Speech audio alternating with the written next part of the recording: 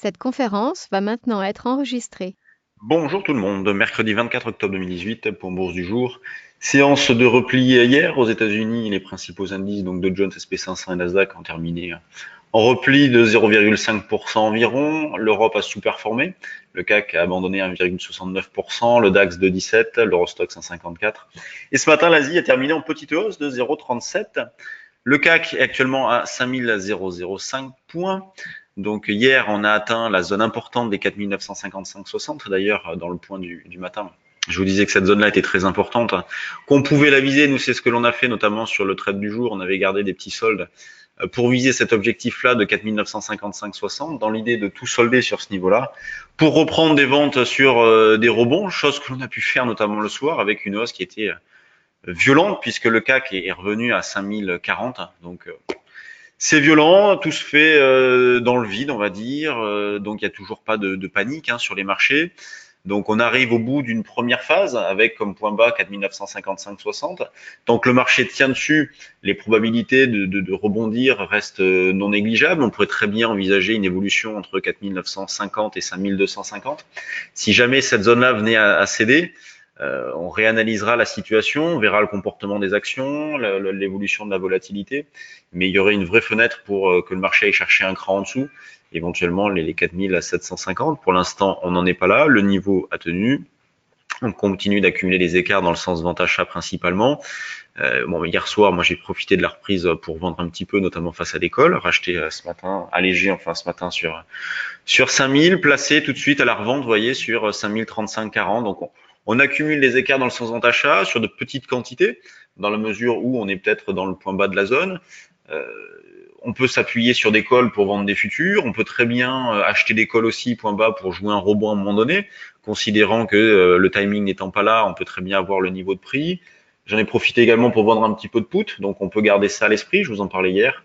Par exemple, nous, dans la salle des marchés, on a proposé de vendre des puts sur décembre, un petit peu lointain en termes de strike. Voilà, ces petites choses à faire dans cette zone-là. Sinon, en intraday, ça reste baissier. Baissier également sur le DAX.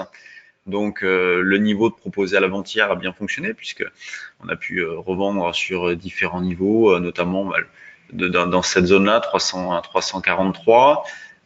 On a pu revendre éventuellement le soir sur 11 383. Il a fallu attendre ce matin pour déboucler dans de bonnes conditions. Donc toujours une volatilité intraday qui reste intéressante. Pour aujourd'hui, eh bien, on peut reprendre ce niveau de 423, même si c'est vrai que là, on s'en est éloigné puisqu'on part de 11 300. Mais justement, on ne faut pas hésiter à aller chercher des niveaux un petit peu loin. Donc 11 420 pour vendre un petit peu. C'est ce qu'on a proposé sur le trade du jour. L'eurodoll, lui, est bien revenu en arrière, donc suite à des ventes qui ont été réalisées. Donc sur le trade du jour, on a proposé une vente à 1,1543 en début de semaine, qui a été parfaite. On est allé chercher un 15,50 au plus haut. Derrière, on est revenu en arrière. On continue d'accumuler des écarts dans le sens vente-achat. Donc ça, vous en avez l'habitude. Il n'y a absolument aucun changement. Donc hier, on proposait par exemple un 14,93. Alors il a fallu attendre un petit peu plus tard. Donc sur le trade du jour version classique, l'ordre était tombé puisqu'il était valable jusqu'à 13 ou 14 heures. Mais dans la version dynamique, on avait prolongé cette opportunité-là, donc jusqu'à plus tard. Donc un 14,93 a pu être fait et là on est donc sur un 14,60, 55,60, c'est une zone de rachat. On peut essayer de gratter un 14,35,40 également. Quand on regarde du côté des actions, la forte hausse du jour, c'est Kering suite aux chiffres. Donc Kering, chiffre d'affaires supérieur au consensus concernant le troisième trimestre. Voilà, ce qui est important, c'est qu'il n'y a pas d'impact au niveau de la guerre commerciale entre la Chine et les États-Unis. C'est ça qui rassure donc les investisseurs. 8% de hausse sur Kering. Ensuite, on a Safran qui est pas mal non plus. Dans le sillon de Kering, donc LVMH qui se reprend. Ça reste quand même pas très joli. On a une sorte de rectangle qui se forme proche de points bas.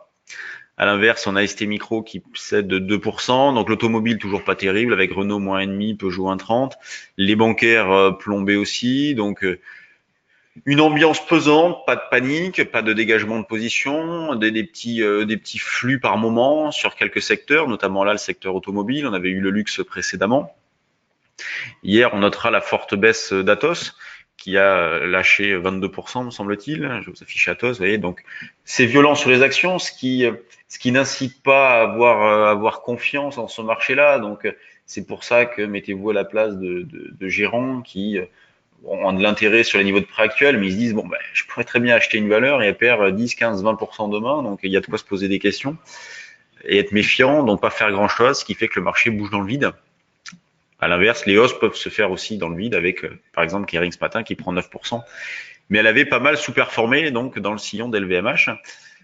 Quand on regarde du côté des mid et small cap, on va regarder ce qu'il y a donc dans les screeners. On a ce matin Target qui bouge, hop, on va afficher comme ça. Donc Target qui bouge avec du volume ce matin, donc c'est pour ça qu'elle apparaît dans la liste ici. On a Kering, donc il y a déjà un volume important, Delta Drone, Ruby. De Richebourg, toujours difficile de trouver des idées sur les mid et small. Moi, je vous avoue qu'en ce moment, je les regarde pas trop. Je préfère me concentrer sur les indices, sur l'euro-dollar. Il y a des choses beaucoup plus intéressantes à mettre en place. Et d'ailleurs, quand on regarde notamment les indices US, vous avez par exemple, j'avais tracé donc sur les 2700, 690, 700, il y a un support sur le SP500, un support important. Le Nasdaq, lui aussi, a atteint une zone importante autour des 7000, 7010 points. Donc bon, ça tient. On va surveiller ces niveaux-là. S'ils étaient enfoncés, c'est sûr qu'il y a du potentiel. Donc ça correspondrait à la rupture des 4955-60 sur le CAC, avec derrière un potentiel. C'est en gros la zone des 2690, 2700 sur le SP500. Le Russell, on vous indiquait qu'un signal de vente avait été déclenché suite à la rupture des 1700. Donc il y a eu un relais immédiat puisqu'on est actuellement à 1,1520. Sur ce, je vais vous laisser. Je vous souhaite une bonne séance. Donc, on cherche à vendre le CAC, le DAX, l'Eurodoll. Donc, pour l'instant, la tendance est baissière un petit peu partout. On a une baisse larvée, donc notamment sur les principaux indices. Donc, vente sur rebond, 5023 au plus proche, sinon 5038 en double top sur le CAC 40. Bonne séance à tous et à demain. Salut tout le monde.